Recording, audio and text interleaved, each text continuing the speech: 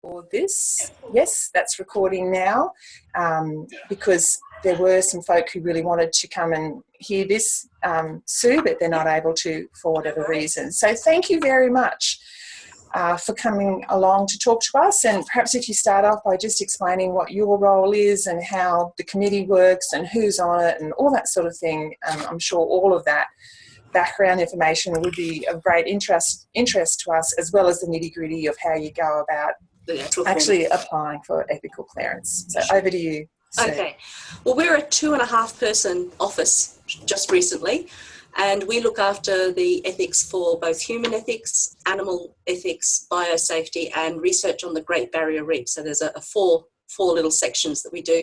By far, the biggest component is human ethics.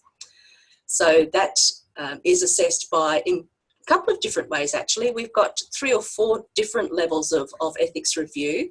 It ranges from the full high-risk materials, the high-risk projects that go straight to the full ethics committee, of which there is a fairly substantial number of members. We have at least 2 members in every category, and there are 6 categories. So we have quite a lot of members that we have as our full committee. Obviously, not everyone attends each meeting, and we do meet once a month. At the moment, we're rolling with about 6 or 8 high-risk applications each month. Sorry, I'm coming down with a cold, but bear with me. We also have a low-risk process, which is the bulk of applications that come through to us recently. Now, when we talk about low risk, it's not an arbitrary decision. Low risk can only be done for certain categories of participants and for certain categories of research data collection methods. And we don't make those rules. They come to us straight from the national statement. So for anyone who hasn't seen the national statement, that's what that looks like when you download it from the website. So for example, if you are running an online survey with pregnant women, even though it might seem low risk, has to go to the full committee, because that is one of the categories that regardless of risk level, has to be assessed by that full committee. Additionally, we do have another 2 methods. We have what we call as archival data. So if you're not actually actively collecting data, it's being given to you or has been made available through analytics or course evaluations that are done as a routine activity within the sections, the schools, etc. We call that archival, and that's assessed by myself and the chair. We also have reciprocals. So if you're working with a larger group of universities and one other university has already got ethical clearance from their ethics committee, we will give you reciprocal approval based on that external approval. So there's really 4 levels of ethics approval. As I've sort of mentioned, by far the biggest component is that low risk pathway. So what we do with low risk applications when they come to us, we have a quick look at them. We come back to you with anything that we think you've missed or perhaps haven't included. And then we will get that additional data from you. If we're happy with the material that you've sent to us, and in a lot of cases we are, there's not much missing, we would send that straight out to 2 reviewers. Now we would check and try and pick a reviewer that either has some background in the kind of work that you're doing or in that discipline, and then we would pick another reviewer that hasn't.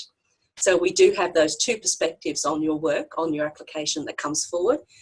Their reviews are then collated, and that goes back to you as the reviewer's comments for you to then address, make amendments if required, find some additional clarifications. Those kinds of comments are usually the ones that come through. And then your feedback, your response to that will then go straight to the chair for assessment. So it's a fairly quick process. We try and do that within 15 working days. Sometimes if we're battling with a large volume of applications, it can stretch out a little bit, but wherever possible, we do try and keep to that 15 working days. So if there's any other questions on the actual processes, I might go straight into the form, if we can get that screen sharing working. Oh, sorry, so I'm not sure if I was distracted there at the start, working out who was there and who wasn't, but could you tell us who's on the committee? The committee. Sorry. Is that your? That's you. No need for an evacuation. This is a test only, and no need to evacuate. Sorry, fire testing. Oh, but it's a test only. Siren could be a bit loud. Okay.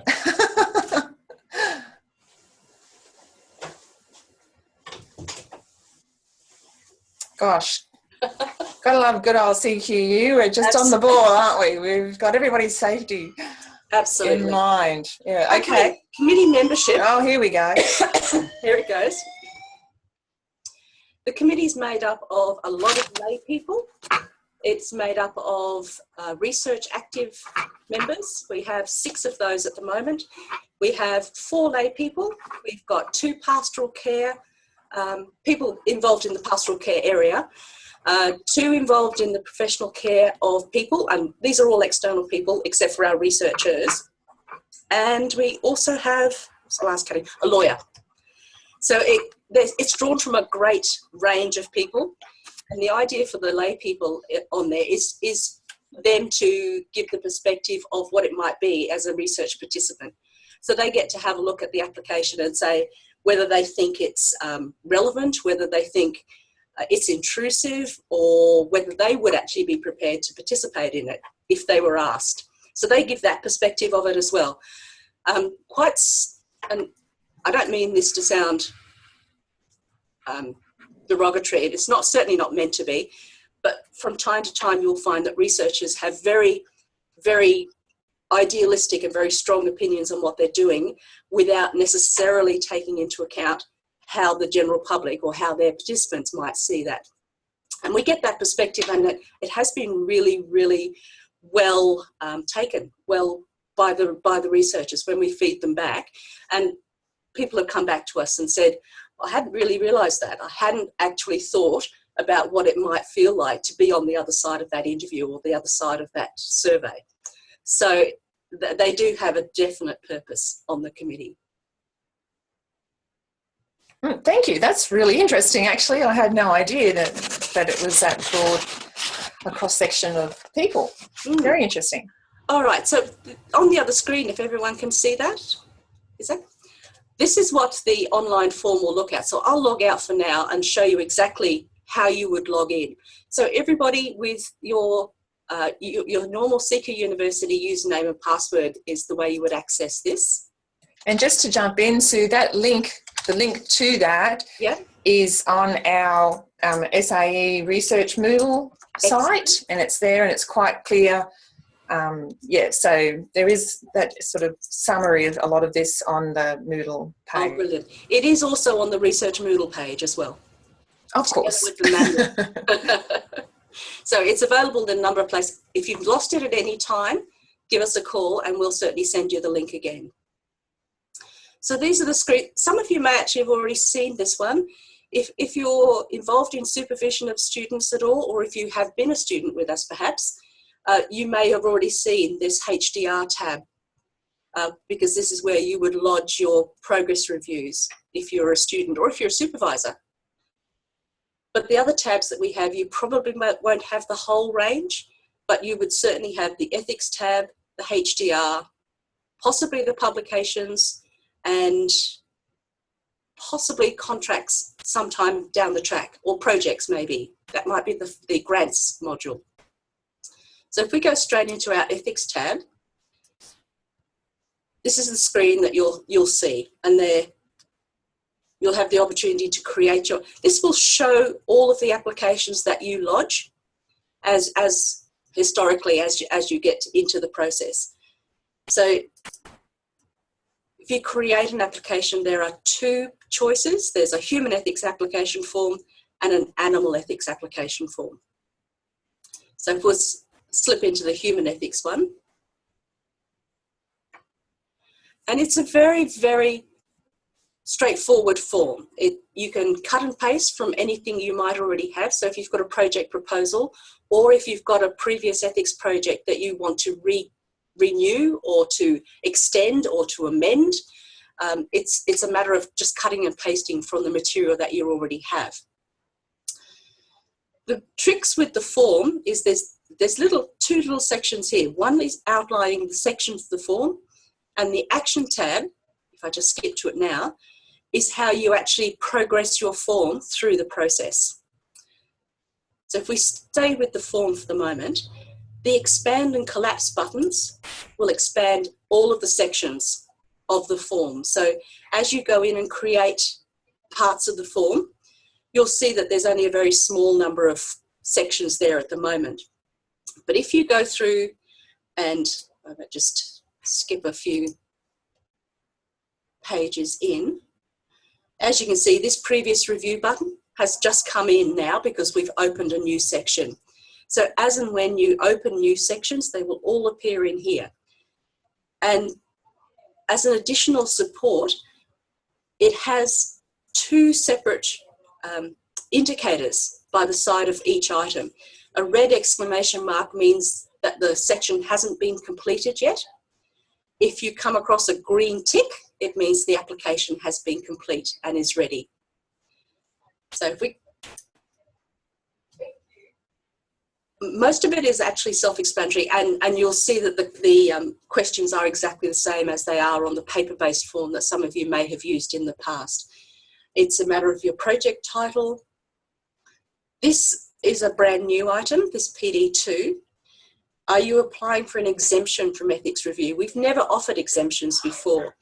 We do have the opportunity to, and the fact that we've now got this online form has meant that we now have been able to offer this to researchers. It's not a get out of jail free card under any circumstances. If you take the option to say, yes, I am going to ask you for an exemption, you do have to, on the next screen, explain why you believe your project should be exempt from ethical review. Now, as we've got a note here, you need to check chapter 5.1.22 of the statement, because there are a number of things you have to prove to us to confirm that you believe that your project is exempt. We have to actually be able to tick off all of those things that are in the national statement there. So it's, again, it's not a foregone conclusion that as soon as you tick that button, you'll be exempted. We do have to double check it. But that said, it's probably the shortest form you'll probably have to do, because the only other sections involved are to confirm who all your team members are on that project. And then you go straight to uploading any documents that you want to accompany that application, and straight to the declaration. So that's the shortest application process that there is. What might be an example of that, Sue? Have you ever seen such a thing get through? I've not had an application seeking it yet. But if I give you a quick read of what 5.1.22 asks, you might get an idea of the kinds of things that you need to provide to us to justify that exemption.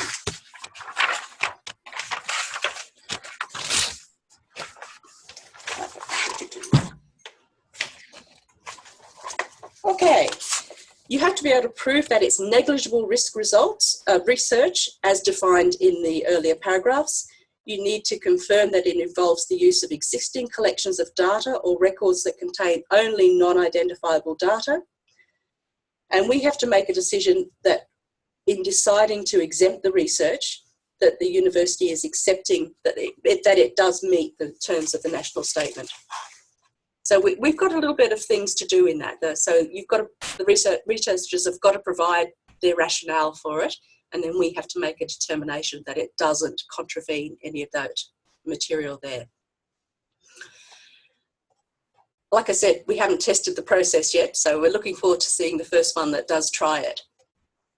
So if we go back and say that we're not exempting it, we are genuinely doing a for real RIGI-DIG application. We're going to say, no, it hasn't been approved by another ethics committee. So then from here on in, most of these questions are very, very similar to the word process form. We're looking for a description of what the project is all about. We're asking, has it gone through a peer review process?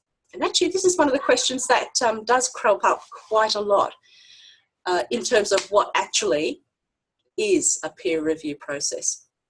And it's certainly much easier if it's a research higher degree project, because there is a confirmation of candidature process, which we call a peer review. It's also easy to show that it is peer reviewed if it's a funded project. So it's gone through a grant funding process, whether that's an internal or an external, or if it's been funded by an external sponsor. They're very easy to show that peer review has occurred. But even if peer review hasn't occurred, that's still no reason why it can't go forward as an ethics application. So if it's peer reviewed, we'd ask you to tell us what that peer review process was. If you say that it's not peer reviewed, we'll ask you why hasn't it been peer reviewed. And again, that's not going to be saying we're not going to consider it. We just need to know. And quite often, a lot of the research that is done probably in your area won't fall under that peer review category. It's something you do as part of what your substantive role is. And it might be material that you routinely gather that you now want to consider to publish. So there's no peer review associated with that. There's no funding. It's not being done as part of your studies. So it will quite legitimately not have a peer review, and that's not a problem. So our next section talks about the risk level, and this is the nitty-gritty, and this is where we will determine at what level it needs to be assessed at.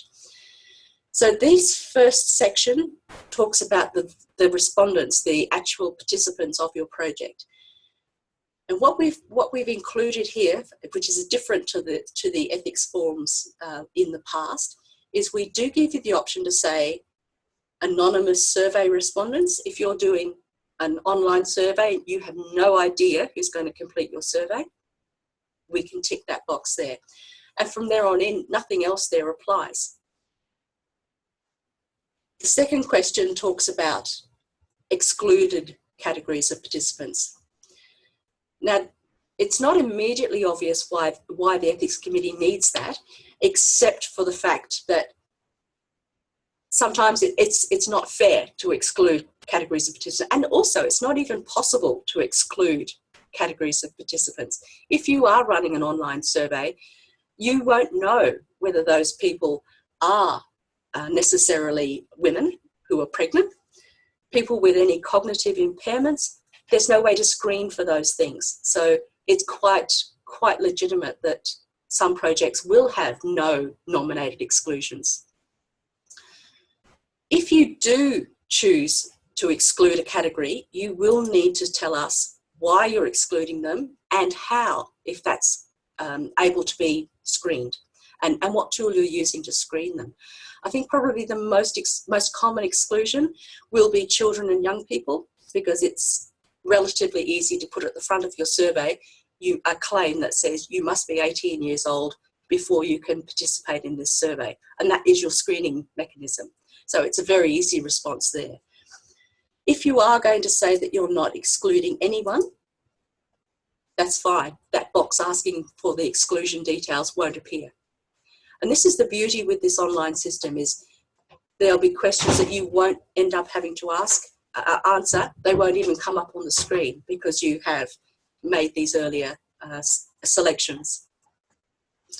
So the data collection methods, again, it's very similar to the online form. Tick whatever data collection methods your project is intending to use.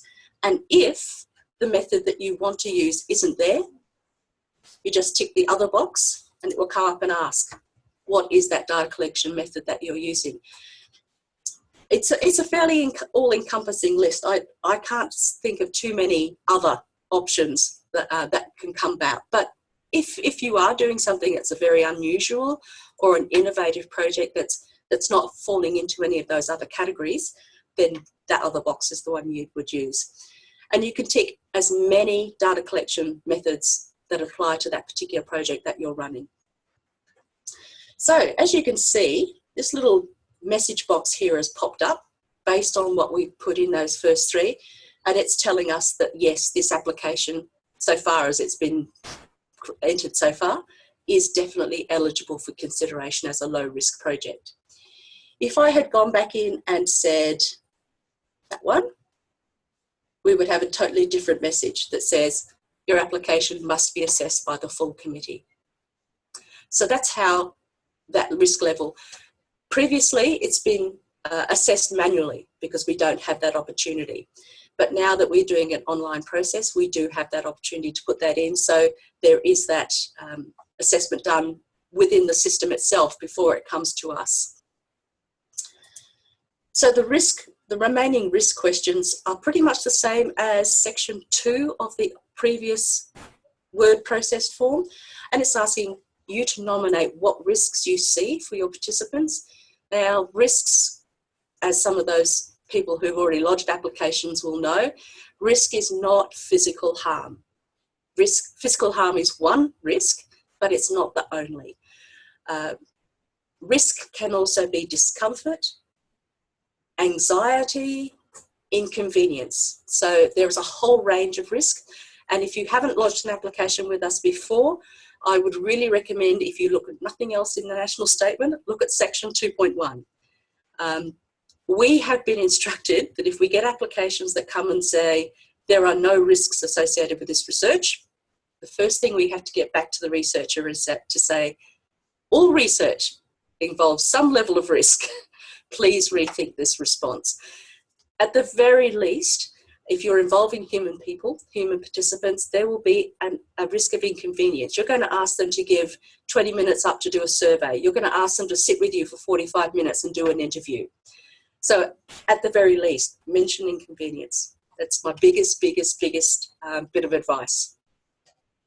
So after that risk section, all of these other sections will just appear as and when you create. So as you can see, all of those additional sections here have now jumped into our list.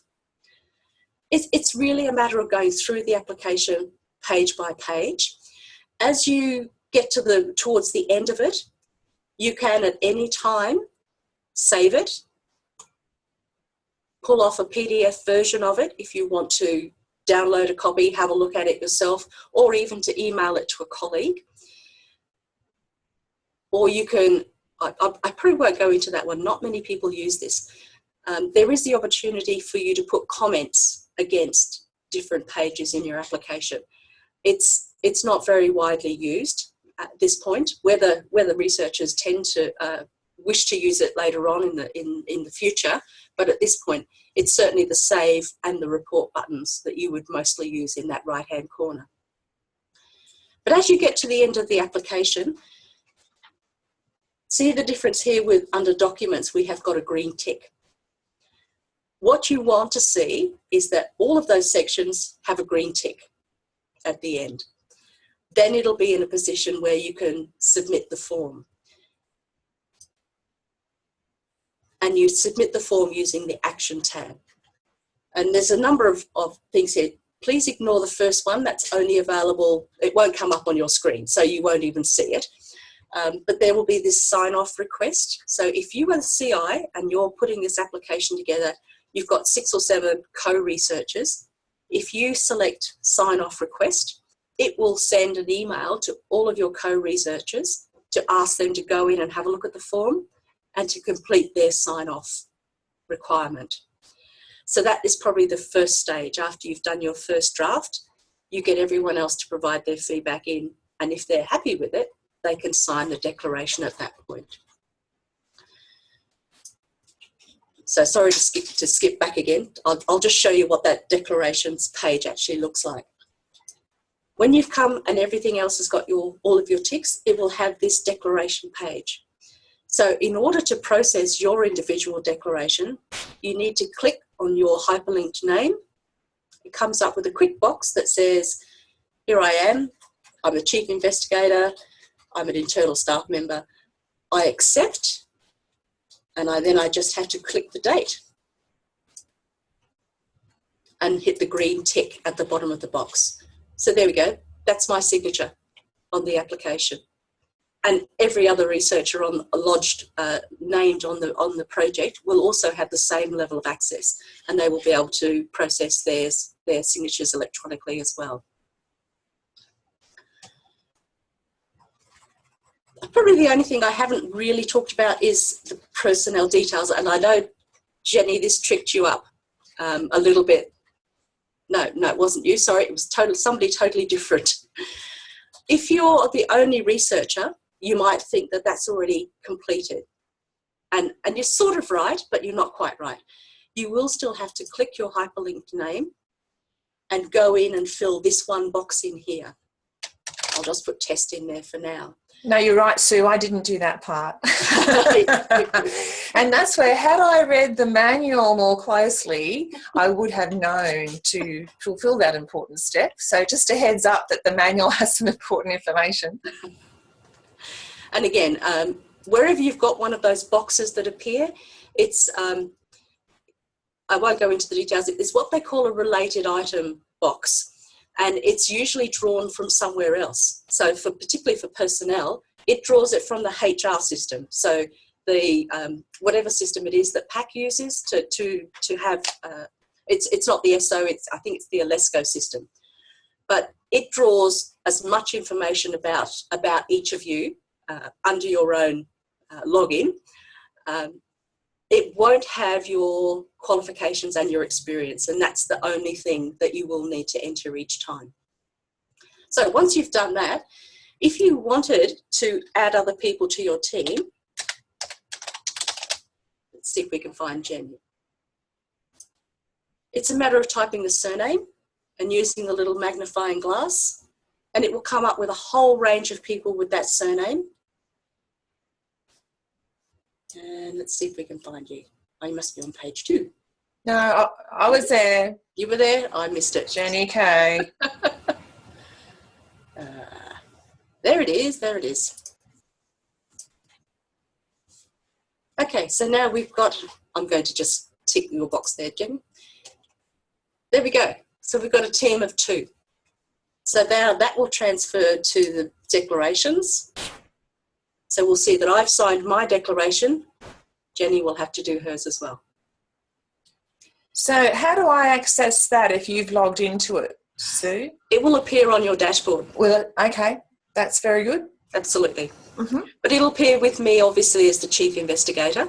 Yep. But the fact that it appears at all will tell you that you're a team member, that you've been nominated on a Yeah, that's pretty neat, isn't it? It is. So there are some definite advantages over the online system. Absolutely. Yeah. Mm. Absolutely. The primary, it does save this having to save a document, send it to your team, get them to sign it individually, send it back, and we've then dealing with multiple signature pages.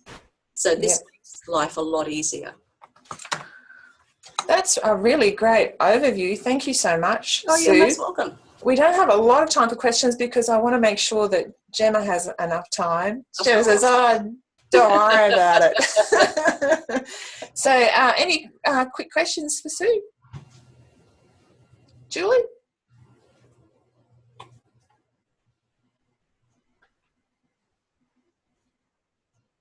Julie, we just can't hear you. There we go. It was hidden by the screen. So is there a new modifications form? There will be. I do have to wait until the Research Master System is upgraded in August, but I have got a suite of the modification form, the annual report and the final report, and an adverse event form, all going online as well. So in the interim, just use the paper-based one? Absolutely, please, yeah. Okay, thank you. You're welcome. So just to explain then a modifications form, Sue? It's if you want to change any aspect of the approval after you've got the approval, and the most common one by far is an extension. People get their final report reminder and they realise, oh, I haven't finished the project yet. So the extension is certainly the most common one, but sometimes it'll be a team member that you need to add to the project, or you might want to change the project in some way. Previously, you might have had a paper-based survey and you want to now apply to make it an online survey instead. So any changes to what has previously been approved need to be applied for through the modification form. I just had a couple of questions to Jen and Sue. Yeah. Sorry, I popped in a bit late. I missed a bit about archival data. So if I wanted to analyse old student records to look at, say, progress to undergrad, yeah, that would become archival data if I be. don't use particular student names but look at the overall stuff. Yep. The things you need to work out to be careful with archival data, you have to have permission from the owner of the data. Now, if it's school data or if it's university data, you'll have to work out who the owner of that data is, and you'll have to get their permission to use it for the purpose that you now wish to do for publishing. We would like to see a copy of what kind of data that is. If it's identifiable data for which you may have taught, if it's directly relevant to courses that you've taught, we would hope that the data is being provided to you in de-identifiable form, so that there's no issue about that power differential between yourself and your students. If that's not possible, you would need to demonstrate a justification for you to receive it in identifiable form and to tell us how you're going to make that de-identifiable before your final report happens. Okay. The ownership stuff's a little confusing then. Who would own our, say, our results, grades? It will be the dean of the school. Cool. So we just talk to Karen about approval for that. Yeah. Cool. The other question I had is there a time length limit for a project? How long could a project go for? Well, fortunately for human ethics, we don't have any restrictions. I know that you're aware with animal ethics, they only like us to give approval for 3 years maximum. Human ethics is not quite as prescriptive. We've always taken the view that if your project takes 5 years to do, maybe you're assessing things on a longitudinal basis once every 5 years, then you apply for a 5-year approval process. If it's a short-term one, you just do it for the length of time that you think that data collection is going to take. Cool, thanks. Thanks, everybody. Great questions. Look, we might wrap it up there. Sure. But I know for a fact that Sue is very approachable. So if anyone has any questions, any further questions, you can ask me as well. I have just finished completing one of those online applications. I did learn a few things along the way. One is cut and paste has its limitations because it does funny things with the formatting. It does, yeah. Apostrophes doesn't like. I wish I could fix it, but just be aware of that. And I did compile a list of some of the questions that will come up that you have to write to. So obviously not every question, but some of the ones that you have to think about and you have to put in some answers. And there are a few that we could sort of populate with some fairly standard responses as well. I'm thinking, Sue, like how long do you keep the data for? And, there are standard sorts of answers for some of those things. So we'll try and compile a list of those as well. And Sue, you said you were working on further documentation to support this process. We do still have guidelines for what we used to have, the old NEAF form and the low risk form. Those guidelines are up on the Moodle site. And what I'll be doing is I'll be mashing them together so that we have one guideline document. Hopefully going to do that later this year. We've just got to wait until we've got a little bit of a rush with psychology applications and possibly some sonography ones coming in the next couple of weeks. So I've got to get that sort of bedded down, but hopefully soon after that I'll be able to do that. All right. We also do have up on the web draft information sheets and consent forms. So that will give you a good backdrop into what kinds of things need to be advised to your participants, what they need to know before they start their research, start participating, I should say, and the kinds of things that you need to have in a consent, whether that's an electronic consent for a survey or a consent for an interview. Yeah, that's really useful information as well. So I might look to sourcing some of that. We do have examples from past forms on our Moodle site, and so some of that information will be the same, and you'll be able to use some of that information there as well from people's past applications. So thank you so much, Sue. That was really very valuable, and we very much appreciate your time. Thank you so much. You're welcome.